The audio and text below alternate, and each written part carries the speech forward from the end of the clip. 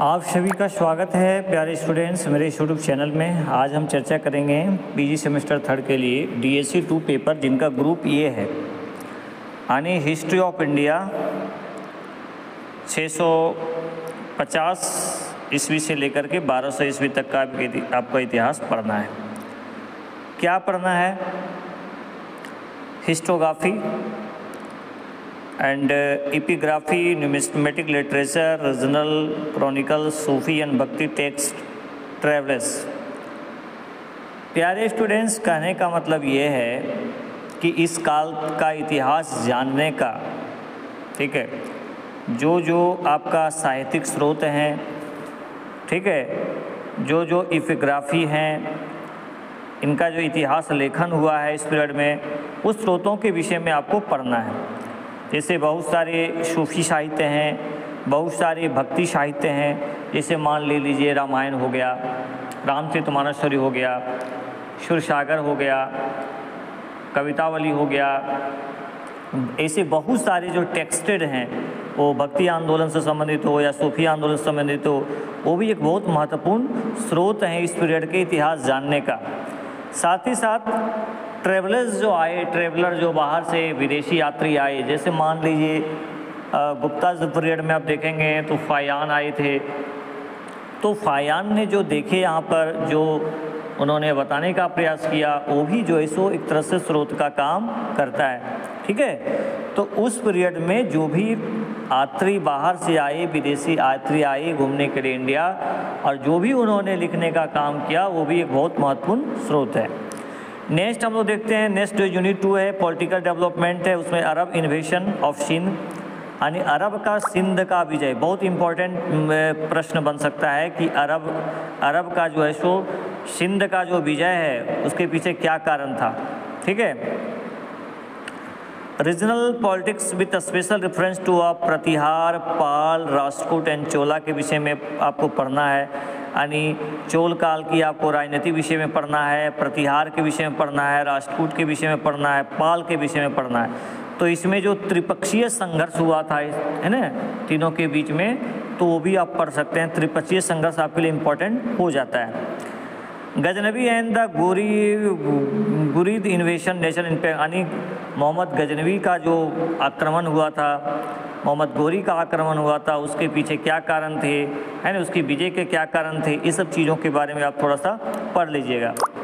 Next important है economy, land grant and agrarian expansion, land tenure, peasant, intermediate and landed mandate, urban centre, trade and trade network, coinage and currency. यानी उस period के जो यहाँ की भू व्यवस्था थी, है ना, राजस्व व्यवस्था, राजनीतिक व्यवस्था, है ना, क्या उद्योग धंधे उस पीरियड में लगे हुए थे, राजस्व के साधन क्या थे, ये सब के विषय में आप पढ़ लीजिएगा, ठीक है। उसके बाद अर्बन सेंटर ये हो गया, trade contract with south east Asia and west Asia, यानी उस पीरियड में जो यहाँ जो व्यापार होता था, व्यापार वाणिज्य के विषय में आप पढ़ लीजिएगा कि विदेशों के जो देश थे, जैसे मध्य एशिया के साथ क्या संबंध था, है ना, साउथ ईस्ट एशिया के साथ क्या संबंध था, ये सब चीज़ों को थोड़ा सा पढ़ लीजिएगा। Craft and guild and industries. Next जो आपको पढ़ना है वो इम्पॉर्टेंट है culture, literature, rise of the growth of regional language, यानी साहित्यिक राइज, है ना, and growth of regional language, यानी क्षेत्रीय भाषा के उदय और विकास किस प्रकार होता है। जैसे कहीं पर तेलुगु है, कहीं पर मलयालम है, कहीं पर तमिल है, जो रीजनल लैंग्वेज है उसके विकास के पीछे क्या कारण रहे। Art and architecture, painting and sculpture उस पीरियड में, जैसे चोल कला, पाल कला, है ना, तो उस पीरियड के जो चित्रकला थे, यानी चोल काल के पीरियड के, राष्ट्रकूट काल के पीरियड के, तो उस सब के विषय में भी, वास्तुकला और चित्रकला के विषय में आप पढ़ लीजिएगा। School of philosophy, religious and colours, science and technology, यानी उस पीरियड में जो विज्ञान एवं प्रौद्योगिकी का डेवलपमेंट हुआ, जैसे गुप्ता पीरियड में देखिएगा आपको बहुत सारे विज्ञान प्रौद्योगिकी डेवलपमेंट देखने को मिलता है, उसके विषय में पढ़ लीजिएगा। Society and economy, regional prosperity, trade and urbanization with special reference of south India. South India में किस प्रकार से जो है सो शहरीकरण हुआ, किस प्रकार उद्योग धंधे का डेवलपमेंट हुआ, है ना, ये सब के व्यापार वाणिज्य की स्थिति कैसी थी, तो ये सब के विषय में भी आप थोड़ा सा पढ़ सकते हैं। इंडियन ओशन ट्रेड, यानी जो सामुद्रिक मार्ग में जो व्यापार होता था उसके विषय में भी थोड़ा सा पढ़ लीजिएगा। कहने का मतलब यह है और है रिलीजियस कल्ट्स,